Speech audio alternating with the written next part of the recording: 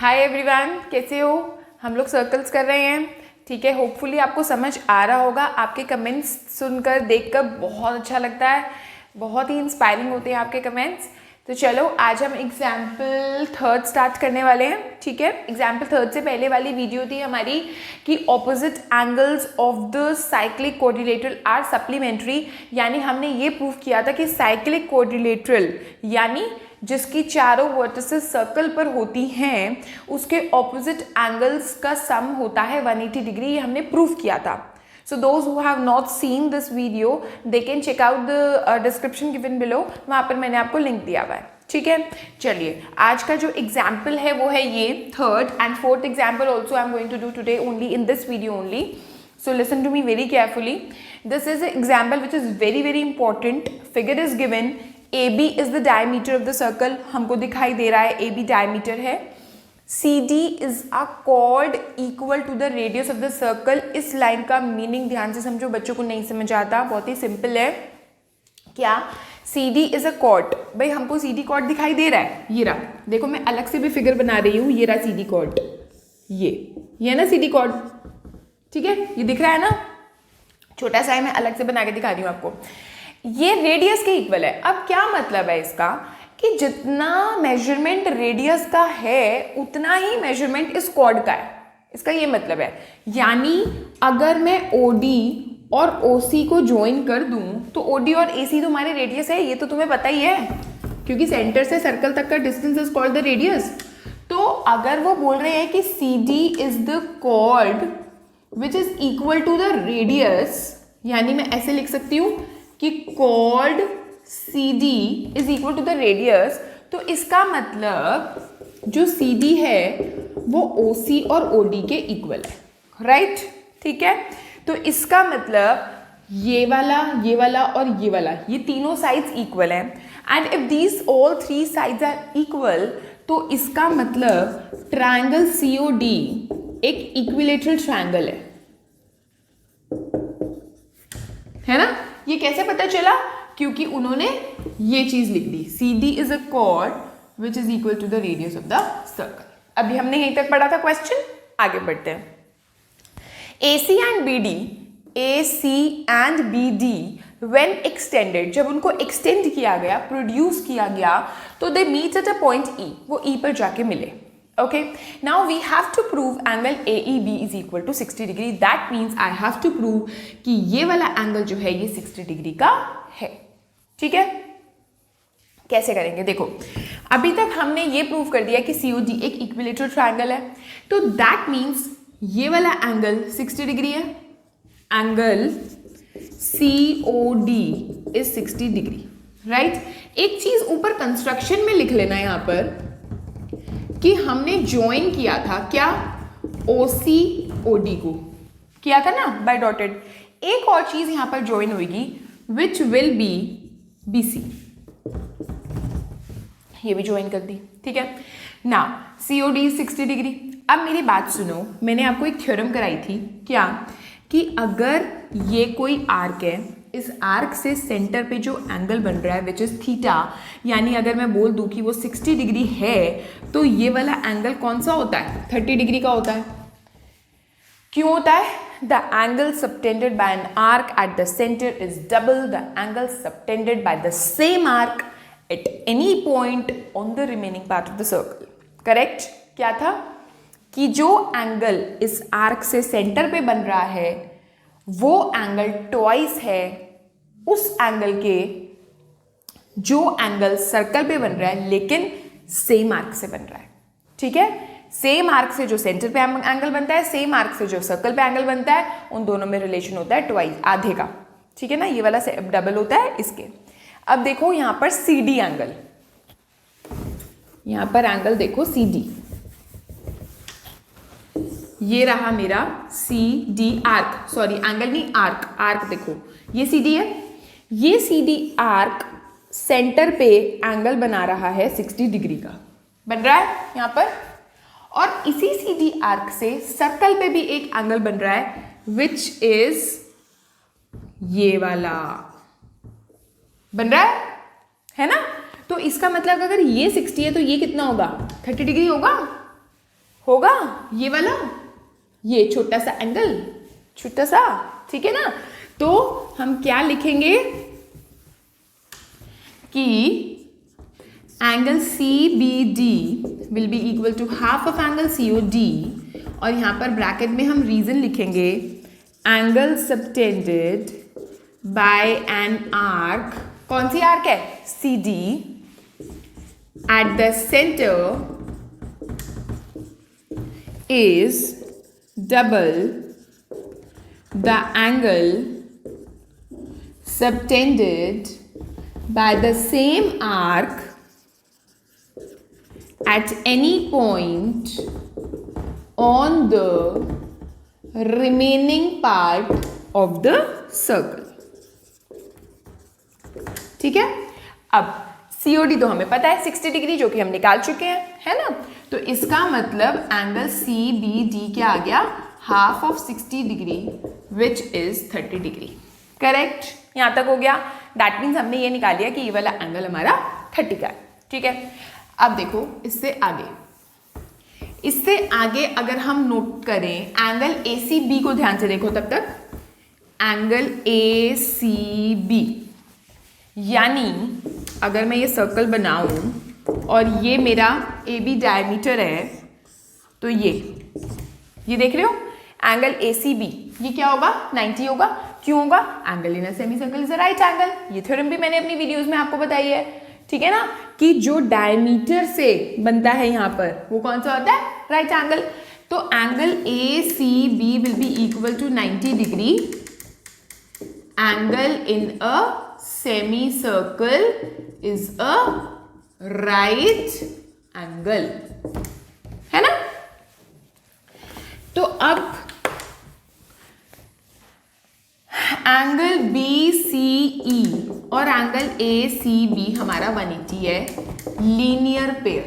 नहीं समझ आई तो इधर देखो, ये रहा सर्कल, ये रहा B, ये रहा हमारा A, और ये रहा मेरा C, है ना। इसको यहां से एक्सटेंड किया हुआ है, और ये वाला एंगल BCE है ना। तो ACB यानी ये वाला एंगल और ये वाला एंगल 180 के हुए, लीनियर पेयर हुआ क्योंकि स्ट्रेट लाइन है, यही लिखा देखो। ACB यानी ये वाला एंगल, BCE यानी ये वाला एंगल, ये किसके हुए, लीनियर पेयर हुए 180 डिग्री के। लेकिन ACB तो मेरे को पता है 90 डिग्री का है,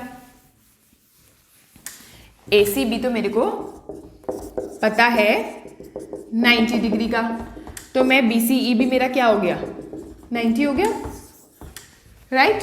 अब आ जाओ BCE ट्रायंगल पर। इन ट्रायंगल BCE, एक तो BCE में एंगल सम प्रॉपर्टी लगा रही हूं मैं, 3 एंगल्स का सम 180 होता है ना, वो वाली प्रॉपर्टी। BCE यानी ये एंगल मैं निकाल चुकी हूं, प्लस एंगल CBD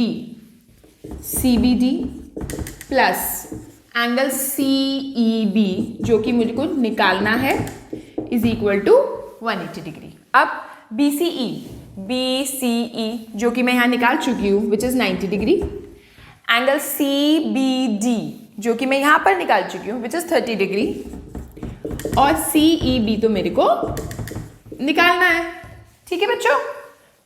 तो ये क्या हो गया 120, और यहां पर आ गया एंगल CEB मेरा 60 डिग्री, और यही मेरे को निकालना था, AEB या CEB, बात एक ही हुई, AEB या CEB, तो one in the same thing. That means मुझे एंगल E निकालना था बेसिकली।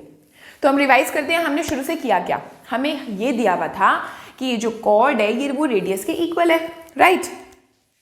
जब कॉर्ड रेडियस के इक्वल है तो दैट मीन्स हमारा CD, OC और OD तीनों आपस में इक्वल हो गए। जब तीनों आपस में इक्वल हो गए तो हमारा ट्रायंगल COD एक इक्विलेटरल ट्रायंगल बन गया। इक्विलेटरल बन गया दैट मीन्स ये वाला एंगल 60 का हो गया, है ना। जब ये 60 का है तो ये 30 का हो गया। क्यों? क्योंकि वही वाली लंबी वाली थ्योरम कि सेम आर्क से जो सेंटर पे एंगल बनता है वो ट्वाइस होता है अगर सेम आर्क से सर्कल पे कोई एंगल बने। दैट मीन्स ये हमारा 30 हो गया। यहाँ तक काम खत्म हो गया हमारा। उसके बाद एंगल ACB मेरा 90 डिग्री है। क्यों? Angle in a semi circle. अब जब ये 90 है यहाँ से यहाँ तक तो ये भी 90 होगा क्योंकि वो लीनियर पेयर बना रहे हैं। और ये 90 हो गया, ये 30 हो गया, तो मैं इस वाले ट्रायंगल में, ये वाला जो ट्रायंगल बना रही हूँ मैं, इसमें मैं एंगल सम लगा दूंगी तो मेरा एंगल ई आ जाएगा।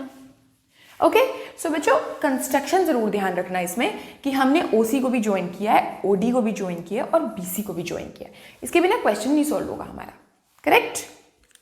Okay, now we move on to example number 4। ठीक है, ऐसे क्वेश्चंस ना एग्जाम में आ जाते हैं और इजी भी होते हैं बहुत, मतलब बड़ी इजीली हम इनमें मार्क्स गेन कर लेते हैं। देखो ABCD is a cyclic quadrilateral, ठीक है, पता चल रहा है चारों की चारों वर्टिसेस क्वाड्रिलेटरल ABCD की सर्कल पे हैं, तो ABCD is a cyclic quadrilateral in which AC and BD are the diagonals. Yes, ठीक है।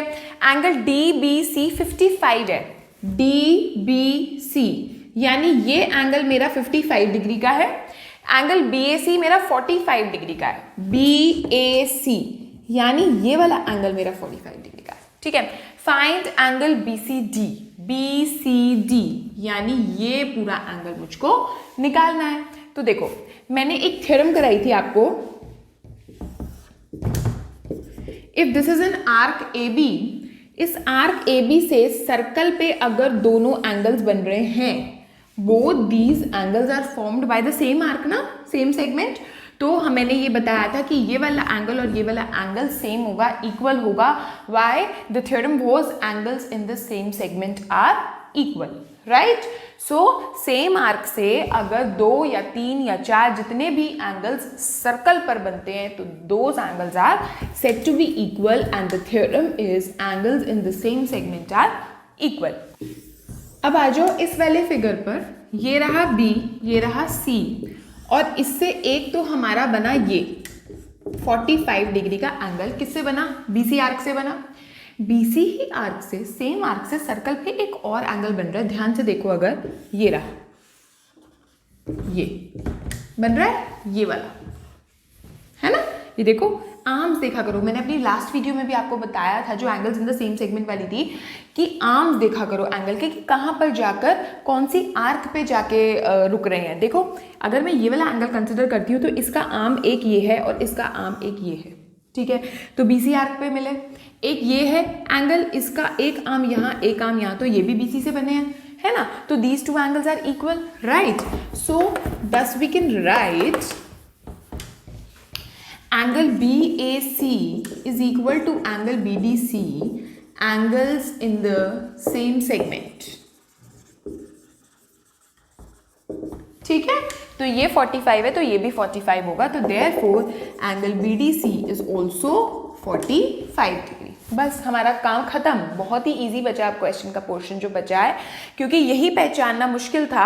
आगे तो क्या है, देखो ट्रायंगल BCD अगर मैं कंसिडर करती हूँ और इसमें मैं एंगल सम प्रॉपर्टी लगा दूँ, because this is 45, right, this is 55 and this is 45, तो obviously I can find out this angle by angle sum property, क्योंकि देखो angle in triangle BCD by ASP यानी angle sum property, angle DBC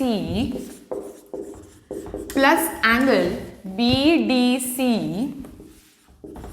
plus angle BCD is equal to 180 डिग्री, right? तो angle DBC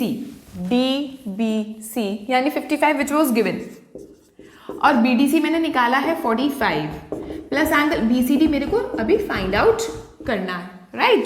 so this will be 100 degree and यहां पर हमारा आ गया 180 minus 100 which is 80 degree. सो जो हमें ये वाला एंगल निकालना था वो 80 डिग्री का आ गया।